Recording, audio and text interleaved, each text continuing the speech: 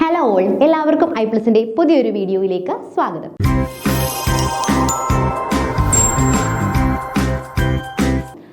നിങ്ങൾ എല്ലാവരും സെറ്റ് എക്സാമിന് വേണ്ടി പ്രിപ്പയർ ചെയ്തുകൊണ്ടിരിക്കുകയായിരിക്കും അല്ലേ. അപ്പോൾ നമ്മുടെ ഈ ഒരു വർഷത്തെ സെറ്റ് എക്സാം വരുന്നതെന്ന് പറയുന്നത് ഓഗസ്റ്റിലാണ് അല്ലേ. നമുക്ക് ഓഗസ്റ്റിലേക്ക് എക്സാം എക്സ്പെക്ട് ചെയ്യാവുന്നതാണ്. അപ്പോൾ ഓഗസ്റ്റ് എന്ന് പറയുമ്പോൾ നമ്മുടെ മുന്നിൽ ഏകദേശം ഇനി ഒരു 60 ദിവസത്തോളം ഉണ്ട് അല്ലേ. അപ്പോൾ ഈ 60 ദിവസം എങ്ങനെ കൃത്യമായിട്ട് പഠിക്കാം, എങ്ങനെയാണ് ഒരു ബെറ്റർ സ്റ്റഡി പ്ലാൻ എന്നുള്ള കാര്യങ്ങൾ ഡിസ്കസ് ചെയ്യാൻ വേണ്ടിയിട്ടാണ് ഇന്ന് ഞാൻ വന്നിട്ടുള്ളത്.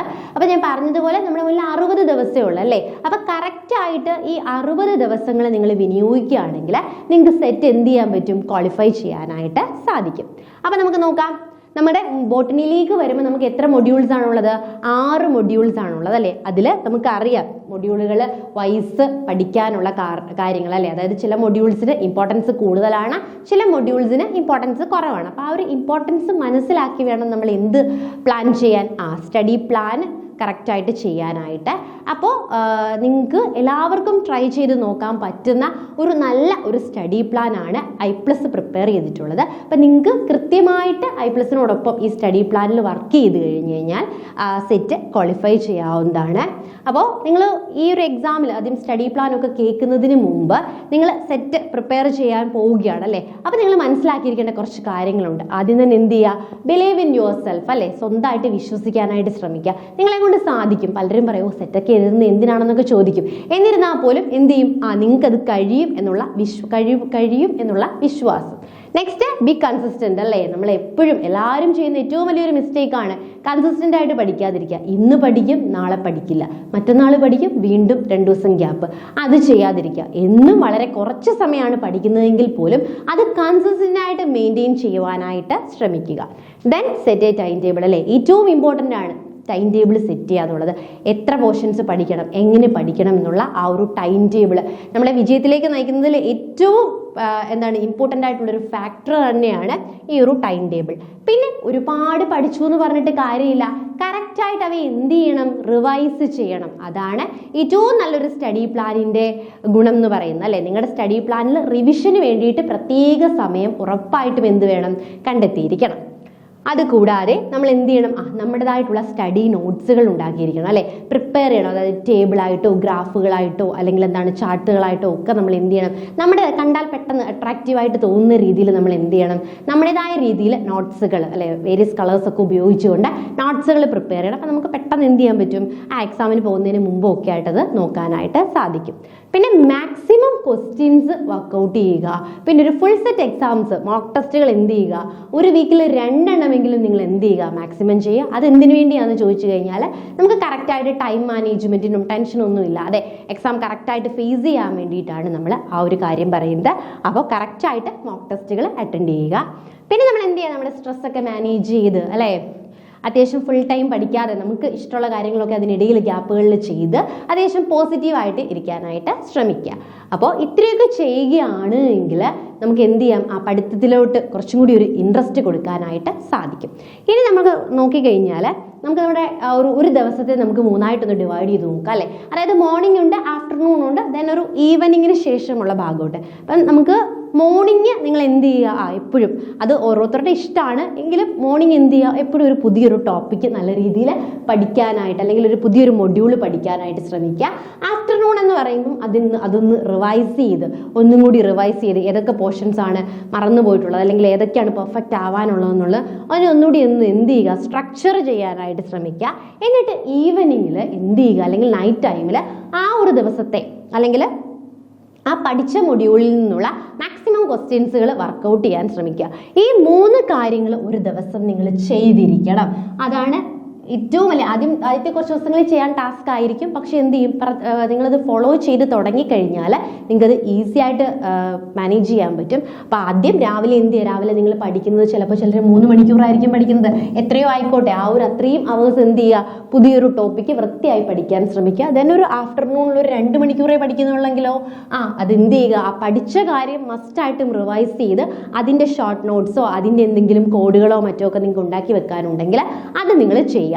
ദെൻ നമ്മൾ ഈവനിങ്ങിൽ ബാക്കി എന്താണ്, ഇവിടെ തീർന്നില്ല എങ്കിൽ, ഇവിടെ ഒരു ടോപ്പിക്ക് ഫുൾ തീർന്നില്ലെങ്കിൽ നമുക്ക് എന്ത് ചെയ്യാം, ടൈം അതിനനുസരിച്ച് മാനേജ് ചെയ്യാം കേട്ടോ. ഞാൻ ജസ്റ്റ് പറയുന്നേ ഉള്ളൂ. ദെൻ എന്ത് ചെയ്യുക, വീണ്ടും ഒരു 3 മണിക്കൂർ എടുക്കുക. സോ ഒരു ദിവസം ഒരു 8 മണിക്കൂർ ആണ് നമ്മൾ സ്പെൻഡ് ചെയ്യുന്നത് അല്ലേ. ബാക്കി ഇഷ്ടംപോലെ സമയം നമ്മൾ മുന്നിൽ കിടക്കുകയാണ്. അപ്പം ഇത് ഒരു മിനിമം ടൈമാണ്, ഒരു 8 മണിക്കൂർ നിങ്ങൾക്ക് വേണമെങ്കിൽ സ്പെൻഡ് ചെയ്തിട്ട് ഇങ്ങനെ സെറ്റ് ചെയ്യാം. അപ്പം ഇനി ഒരു 60 ദിവസം കൊണ്ട് എങ്ങനെ നമുക്ക് സിലബസ് കവർ ചെയ്യാന്നുള്ളതാണ് ഇനി നമ്മൾ പറയാൻ പോകുന്നത്. അപ്പം നമ്മുടെ Day 1 എടുക്കുകയാണെങ്കിൽ നമുക്കറിയാമല്ലേ, നിങ്ങൾക്ക് ഈ ഒരു ഓർഡർ നിങ്ങൾക്ക് ചേഞ്ച് ചെയ്യാം കേട്ടോ. ചിലവർക്ക് ഈ ഒരു ഇതിലേക്കാട്ടിലും കുറച്ചും കൂടി ടഫായിട്ടുള്ളത് എന്തായിരിക്കും, Unit 3 ആയിരിക്കാം. അല്ലെങ്കിൽ ചിലർക്ക് Unit 4 അല്ലേ, Unit 4 നമ്മുടെ മോളിക്കുലാർ ബയോളജി വളരെ ഇമ്പോർട്ടൻ്റ് ആയിട്ടുള്ള ഒരു പോർഷനാണ്, അതായിരിക്കും കുറച്ചും കൂടി ടഫ്. അപ്പം നിങ്ങൾക്ക് ഡേ അങ്ങോട്ടും ഇങ്ങോട്ടും എക്സ്ചേഞ്ച് ചെയ്തെടുക്കുക കേട്ടോ. ഞാൻ ഓർഡറിൽ തന്നെ സ്റ്റാർട്ട് ചെയ്യുകയാണ്. ആദ്യത്തെ നിങ്ങളുടെ എയിം എന്ന് പറയുന്നത് സിലബസ് കവർ ചെയ്യുക എന്നുള്ളതാണ്. അപ്പം നമ്മൾ എന്ത് ചെയ്യാണ്, ആദ്യത്തെ ഒരു ദിവസങ്ങളിൽ നമ്മൾ സിലബസ് കവർ ചെയ്യാൻ വേണ്ടി ആദ്യത്തെ ഒരു 6 ദിവസം നമ്മൾ എന്ത് ചെയ്യുന്നു, diversity of life forms Unit 1 വേണ്ടി സ്പെൻഡ് ചെയ്യുന്നു. അതിൽ Day 1 നമ്മൾ ബാക്ടീരിയയുടെ കംപ്ലീറ്റ് കാര്യങ്ങൾ പഠിക്കുമ്പോൾ ഞാൻ പറഞ്ഞതുപോലെ രാവിലെ എന്ത് ചെയ്യുന്നു, ഫസ്റ്റ് ആ ടോപ്പിക്ക് ബാക്ടീരിയകളെ കുറിച്ച് പഠിക്കുന്നു. ആഫ്റ്റർനൂൺ സെക്ഷനിൽ പഠിച്ച കാര്യങ്ങളുടെ നോട്ട് പ്രിപ്പയർ ചെയ്യുന്നു, കറക്റ്റായിട്ട് ആ കാര്യങ്ങൾ നിങ്ങൾക്ക് ഓർമ്മയിൽ ഉണ്ട് എന്ന് ഉറപ്പുവരുത്തുന്നു. നൈറ്റ് എന്ത് ചെയ്യുന്നു, അതിൻ്റെ മാക്സിമം പ്രീവിയസ് ഇയർ ക്വസ്റ്റ്യൻസും അതുപോലെ തന്നെ മോക്ക് ടെസ്റ്റുകൾ അല്ലേ, നമ്മുടെ കോഴ്സിൽ ഇഷ്ടം പോലെ തന്നെ മോക്ക് ടെസ്റ്റുകളുണ്ട്. ആ ടോപ്പിക് വൈസ് മോക്ക് ടെസ്റ്റുകൾ തന്നെയുണ്ട്. അപ്പോൾ ആ മോക്ക് ടെസ്റ്റുകൾ എന്ത് ചെയ്യുന്നു, നിങ്ങൾ അറ്റൻഡ് ചെയ്ത് നോക്കുന്നു ഏതൊക്കെയാണ്. അപ്പം നമ്മൾ പഠിക്കാത്ത കാര്യങ്ങളുണ്ടെങ്കിൽ അഡീഷണൽ പോയിന്റ്സ് ആ നോട്ടിൻ്റെ കൂട്ടത്തിൽ ആഡ് ചെയ്ത് കൊടുക്കാവുന്നതാണ്. അങ്ങനെ Day 2 ആകുമ്പോൾ വൈറസ് ബാക്ടീരിയോഫേജ്. അപ്പോൾ Day 2 സ്റ്റാർട്ട് ചെയ്യുന്നതിന് മുമ്പ് എന്ത് ചെയ്യണം, ജസ്റ്റ് ഒന്ന് ബാക്ടീരിയയെ കുറിച്ചൊന്ന് റിവൈൻഡ് ചെയ്തിട്ട് വേണം Day 2 പുതിയ ടോപ്പിക്ക് പോകാൻ. സോ Day 3 വരുമ്പം ബാക്ടീരിയയും വൈറസും ഒന്ന് ജസ്റ്റ് ഒന്ന് റിവൈസ് ചെയ്യണം. എന്നിട്ട് ഫൈക്കോളജി, ദെൻ മൈക്കോളജി, ദെൻ ലൈക്കണോളജിയും ബ്രയോളജിയും കൂടെ അല്ലേ. ലൈക്കണോളജി ഒക്കെ ചെറിയ ടോപ്പിക്കാണ്. സോ ലൈക്കണോളജിയും ബ്രയോളജിയും കൂടെ നമുക്ക് Day 5 ദെൻ Day 6 ടെറിഡോളജി, ജിംനോസ്പേംസ്. ഇതൊക്കെ നിങ്ങളുടെ ഒരു ഇഷ്ടത്തിനനുസരിച്ച് വേണമെങ്കിൽ അങ്ങോട്ടും ഇങ്ങോട്ടും ചേഞ്ച് ചെയ്യാം. അങ്ങനെ ഒരു 6 ദിവസമാണ് നമ്മൾ എന്ത് ചെയ്യുന്നത്, ഡൈവേഴ്സിറ്റി ഓഫ് ലൈഫ് ഫോംസിന് വേണ്ടി സ്പെൻഡ് ചെയ്യുന്നത്. നെക്സ്റ്റ് ഒരു 7 മുതൽ 13 വരെയുള്ള ദിവസങ്ങൾ നമുക്ക് എന്ത് ചെയ്യാം, Unit 2 അല്ലെ. Unit 2 എന്ന് പറയുന്നത് നമുക്ക് ഒരുപാട് ദിവസമൊന്നും ശരിക്കും വലിയ പാടില്ലാത്ത ഒരു യൂണിറ്റാണ് ഡൈവേഴ്സിറ്റി ഓഫ് ലൈഫ് ഫോംസ് എന്ന് പറയുന്നത്. അപ്പം അതിൽ തന്നെ ഫാമിലീസിനാണ് കുറച്ചൊരു ഇമ്പോർട്ടൻസ് ഒക്കെ കൊടുക്കാനുള്ളത്. അതുപോലെ തന്നെ റീപ്രൊഡക്റ്റീവ് ബയോളജി, മൈക്രോ ടെക്നിക്ക്, അതൊക്കെ എന്ത് ചെയ്യുക, ബാക്കിയുള്ള 7 മുതൽ 13 വരെയുള്ള ദിവസങ്ങൾ ഓരോ ദിവസവും ഏത് ടോപ്പിക്കാണ് നോക്കേണ്ടതെന്ന് സ്പെസിഫൈ ചെയ്ത് പറഞ്ഞിട്ടുണ്ട്. Day 7 മോർഫോളജി, Day 8 ഫാമിലീസിൽ അണ്ടോനേസിയ തൊട്ട് മാൽവേസിയ വരെ നോക്കുക. ദെൻ ഫാമിലീസ് പാർട്ട് 2 ഫാബേസി തൊട്ട് അരിക്കേസി വരെ നോക്കാം. ഇതൊക്കെ നോക്കുമ്പോൾ എന്ത് ചെയ്തുകൊണ്ടിരിക്കുക, റിവൈസ് ചെയ്യുന്ന കാര്യം മറക്കരുത് കേട്ടോ. നമ്മൾ ഇവിടെ എത്തിക്കഴിയുമ്പോൾ നമുക്ക് ഫൈനൽ റിവിഷനും ഉണ്ട് നമ്മുടെ ടൈം ടേബിളിൽ. എന്നിരുന്നാൽ പോലും നിങ്ങൾ എന്ത് ചെയ്യുക, നിങ്ങളുടേതായ രീതിയിൽ റിവൈസ് ചെയ്യാനായിട്ട് ശ്രമിക്കുക. നമ്മുടെ Unit 3 ഉണ്ടല്ലേ. Unit 3 വേണ്ടിയിട്ട് നമ്മൾ 14 മുതൽ 25 ദിവസം വരെയാണല്ലേ, 14ാമത്തെ ദിവസം തൊട്ട് 25ാമത്തെ ദിവസം വരെ നമ്മൾ എന്ത് ചെയ്യാണ്, Unit 3 വേണ്ടിയിട്ടാണ് സ്പെൻഡ് ചെയ്യുന്നത്. അതായത് ഫങ്ഷണൽ പ്ലാന്റ് ബയോളജി ആണ് അല്ലേ, മെറ്റബോളിസവും ഗ്രോത്ത്, ഡിഫറൻസിയേഷൻ. അപ്പോൾ മെറ്റബോളിസം ഒക്കെ കുറച്ച് വലിയ ടോപ്പിക്, അതൊക്കെ നമ്മൾ എന്ത് ചെയ്തിട്ടുണ്ട്, 2 ദിവസമായിട്ട് സ്പ്ലിറ്റ് ചെയ്തിട്ടുണ്ട്.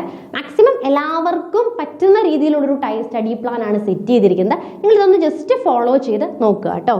ദെൻ Day 18, Day 19, Day 20 ഇങ്ങനെ നമ്മൾ എന്ത് ചെയ്യുക, 25 ഡേയ്സ് വരെയാണ് നമ്മൾ എന്തിന് സെറ്റ് ചെയ്തിട്ടുള്ളത്, Unit 3 വേണ്ടിയിട്ട് സെറ്റ് ചെയ്തിട്ടുള്ളത്. ദെൻ Unit 4 അല്ലെ, Unit 4 ഏറ്റവും കൂടുതൽ മാർക്സ് സ്കോർ ചെയ്യാൻ പറ്റുന്ന ഒരു യൂണിറ്റാണ് Unit 4 എന്ന് പറയുന്നത്. വളരെയധികം ഇമ്പോർട്ടൻ്റ് ആയിട്ടുള്ള ഒരു യൂണിറ്റാണ്. അപ്പോൾ അതുകൊണ്ട് തന്നെ നമ്മളൊരു 26 തൊട്ട് 35 ദിവസം വരെ ഈ ഒരു യൂണിറ്റിന് വേണ്ടി സെറ്റ് ചെയ്തിട്ടുണ്ട്. അപ്പം അതും നമ്മൾ എന്ത് ചെയ്തു, വളരെ ചെറിയ ചെറിയ ടോപ്പിക്കുകളാണ് ഒരു ദിവസത്തേക്ക് പറഞ്ഞിട്ടുള്ളത്. അപ്പോൾ അതനുസരിച്ച് എന്ത് ചെയ്യുക, നിങ്ങൾക്ക് പഠിക്കാവുന്നതാണ്. ഒരുപാട് ലോഡൊന്നുമില്ല, വളരെ കുറച്ച് കാര്യങ്ങൾ മാത്രമാണ് ഇൻക്ലൂഡ് ചെയ്തിട്ടുള്ളത്. നെക്സ്റ്റ് Unit 5 ആണ്. Unit 5 ഒരു 36 മുതൽ 42 ദിവസം വരെയാണ് നമ്മൾ Unit 5 വേണ്ടി സ്പെൻഡ് ചെയ്യുന്നത്. അതിൽ 36ാമത്തെ ദിവസം എക്കോളജിക്കൽ പ്രിൻസിപ്പിൾസ്, 37 എക്കോസിസ്റ്റംസ്, 38 പൊല്യൂഷൻസും ടൈപ്പും. അതൊക്കെ ഒരു ദിവസം ഫുള്ള് പോലും വേണ്ടാത്തൊരു ടോപ്പിക്സ് ആണ് അല്ലേ, പൊല്യൂഷൻ ടൈപ്പ്, കൺട്രോൾ ഒക്കെ. അപ്പം എന്തെങ്കിലും ഒക്കെ നിങ്ങൾ എന്ത് ചെയ്യുക, അപ്പം നിങ്ങളത് മാനേജ് ചെയ്യുക. അപ്പം നിങ്ങൾക്ക് ഈ ഒരു ഡേയിൽ എന്തെങ്കിലും പഠിക്കാൻ പറ്റിയില്ല എന്നുണ്ടെങ്കിൽ അതെന്ത് ചെയ്യുക, നെക്സ്റ്റ് ഈസിയുള്ള ടോപ്പിക്കാണ്, അതിൻ്റെ കൂടെ ആഡ് ചെയ്തിട്ട് നിങ്ങൾക്ക് ചെയ്യാവുന്നതാണ്. നമ്മുടെ ലാസ്റ്റ് മൊഡ്യൂൾ ഉണ്ടല്ലേ, മൊഡ്യൂൾ 6 അപ്ലൈഡ് ബോട്ടണി, 43 മുതൽ 48 ദിവസം വരെയാണ്. അത് 48ാമത്തെ ദിവസം നമ്മൾ പ്ലാന്റ് ഡിസീസ് മാനേജ്മെന്റ് അല്ലെ, പ്ലാന്റ് ഡിസീസ് പഠിക്കുമ്പോൾ ഏതാണ് അതിന്റെ കോസേറ്റീവ് ഓർഗാനിസം എന്നുള്ളത് കൃത്യമായിട്ട് പഠിക്കുക, സിംറ്റംസ് നോക്കുക. അപ്പൊ അത്രയും പഠിച്ചു നമ്മൾ 48 ദിവസം കൊണ്ട് എന്ത് ചെയ്തു, സിലബസ് കവർ ചെയ്തു. ഇത് കൃത്യമായി ഫോളോ ചെയ്യാണ്. ഞാൻ പറഞ്ഞു വളരെ ചെറിയ ടോപ്പിക്കുകളാണ് ഇട്ടിട്ടുള്ളത്, ഒരുപാട് വലിയ ടോപ്പിക്കുകളൊന്നുമില്ല. സോ 48 ദിവസം ആയപ്പോഴത്തേക്ക് നമ്മൾ എന്ത് ചെയ്തു, സിലബസ് കവർ ചെയ്തു. ഇനിയും ദിവസങ്ങളില്ലേ, 60 ദിവസമല്ലേ നമുക്ക് മുന്നിലുള്ളത്. അപ്പൊ ഇനി എന്ത് ചെയ്യുക എന്ന് ചോദിച്ചു കഴിഞ്ഞാൽ നമ്മുടെ റിവിഷൻ ഡേയ്സ് ആണ് ഏറ്റവും കൂടുതൽ ഇമ്പോർട്ടൻസ് കൊടുക്കേണ്ടത്, റിവിഷന് തന്നെയാണ്. സോ ഇനിയുള്ള ദിവസം എന്ന് പറയുന്നത് റിവിഷൻ ഡേയ്സ് ആണ്. റിവിഷൻ ഡേയ്സിലേക്ക് പോകുമ്പോൾ നമ്മളൊരു 40 തൊട്ട് അല്ലെ 49 തൊട്ട് 50 ദിവസം അല്ലെ, നമ്മുടെ 49ാം ദിനം തൊട്ട് 50ാം ദിവസം വരെ നമ്മൾ എന്ത് ചെയ്യുന്നു, യൂണിറ്റ് 1ഉം 2ഉം ഒന്ന് റിവൈസ് ചെയ്യുന്നു. ദെൻ യൂണിറ്റ് 3ഉം 4ഉം റിവൈസ് ചെയ്യുന്നു. യൂണിറ്റ് 5ഉം 6ഉം റിവൈസ് ചെയ്യുന്നു. അതിനോടൊപ്പം തന്നെ റിവൈസ് ചെയ്യുക എന്ന് പറഞ്ഞാൽ ചുമ്മാ പഠിച്ച കാര്യങ്ങൾ തന്നെ പഠിക്കുകയല്ല, മോക്ക് ടെസ്റ്റുകൾ പ്രാക്ടീസ് ചെയ്തുകൊണ്ടേയിരിക്കുക അല്ലേ. എന്നിട്ട് ഒരു ഡേ 55 തൊട്ട് നമ്മൾ എന്ത് അല്ലെ 55ാമത്തെ ദിവസം എന്ത് ചെയ്യുക, കൃത്യമായിട്ട് നിങ്ങൾ നമ്മൾ എക്സാം എഴുതുന്ന സീരിയസ്നെസ്സോടുകൂടി ടൈം സെറ്റ് ചെയ്ത് വെച്ചിട്ട് എന്ത് ചെയ്യുക, ഒരു ഫുൾ മോക്ക് ടെസ്റ്റ് അറ്റൻഡ് ചെയ്യുക. എന്നിട്ട് 56ാമത്തെ ദിവസങ്ങളിലും എന്ത് ചെയ്യുക, വീണ്ടും മോക്ക് ടെസ്റ്റുകൾ തന്നെയാണല്ലേ, സബ്ജക്റ്റ് വൈസ് മോക്ക് ടെസ്റ്റുകൾ ചെയ്തു നോക്കുക. ഓരോ യൂണിറ്റിൽ നിന്നും നമുക്ക് മോക്ക് ടെസ്റ്റുകൾ അല്ലെ, സ്പെസിഫൈഡ് ആയിട്ടുള്ള ടോപ്പിക്കുകൾ വെച്ചിട്ട് നമുക്ക് ചെയ്യാം. ഇനി ഒരു ലാസ്റ്റിലെ 2 ദിവസം പുതിയതായിട്ടൊന്നും പഠിക്കാൻ നിൽക്കാതെ നിങ്ങൾ എന്ത് ചെയ്യുക, കൂടുതൽ ഇമ്പോർട്ടൻ്റ് ആയിട്ട് നമുക്കറിയാമല്ലേ, നമ്മൾ നാലാമത്തെ മൊഡ്യൂളൊക്കെ പറഞ്ഞതുപോലെ തന്നെ മോസ്റ്റ് ഇമ്പോർട്ടൻ്റ് ആയിട്ടുള്ള ടോപ്പിക്കുകളായിട്ടുള്ള ഹൈൽഡ് ടോപ്പിക്സ് ഉണ്ടല്ലേ, taxonomic family, gene expression, photosynthesis, plant hormones തുടങ്ങിയ ടോപ്പിക്സുകളൊക്കെ ഒന്നുകൂടി നോക്കി നല്ല രീതിയിൽ 60ാം ദിവസം പഠനം എന്ത് ചെയ്യുക, അവസാനിപ്പിച്ച് നേരത്തെ തന്നെ ഒന്ന് കിടന്നൊക്കെ ഉറങ്ങി പിറ്റേ ദിവസം നിങ്ങൾക്ക് എന്ത് ചെയ്യാനായിട്ട് പറ്റും, നല്ല രീതിയിൽ എക്സാം എഴുതാനായിട്ട് സാധിക്കും. അപ്പം അതിൻ്റെ കൂടെ നിങ്ങൾ മറക്കാൻ പാടില്ലാത്തൊരു കാര്യം, ഇപ്പോൾ ഈ സ്റ്റഡി പ്ലാൻ ഫോളോ ചെയ്യണം. സ്റ്റഡി പ്ലാൻ ഫോളോ ചെയ്യുന്നതിനോടൊപ്പം മറക്കാൻ പാടില്ലാത്ത കാര്യങ്ങളാണ് നമുക്ക് എന്ത് ചെയ്യുക, ഷോർട്ട് നോട്ട്സ് പ്രിപ്പയർ ചെയ്യുക അല്ലേ. അതായത് മെയിൻ ആയിട്ടുള്ള ഏരിയകളിൽ നിന്നും ഷോർട്ട് നോട്ട്സ് പ്രിപ്പയർ ചെയ്യുക.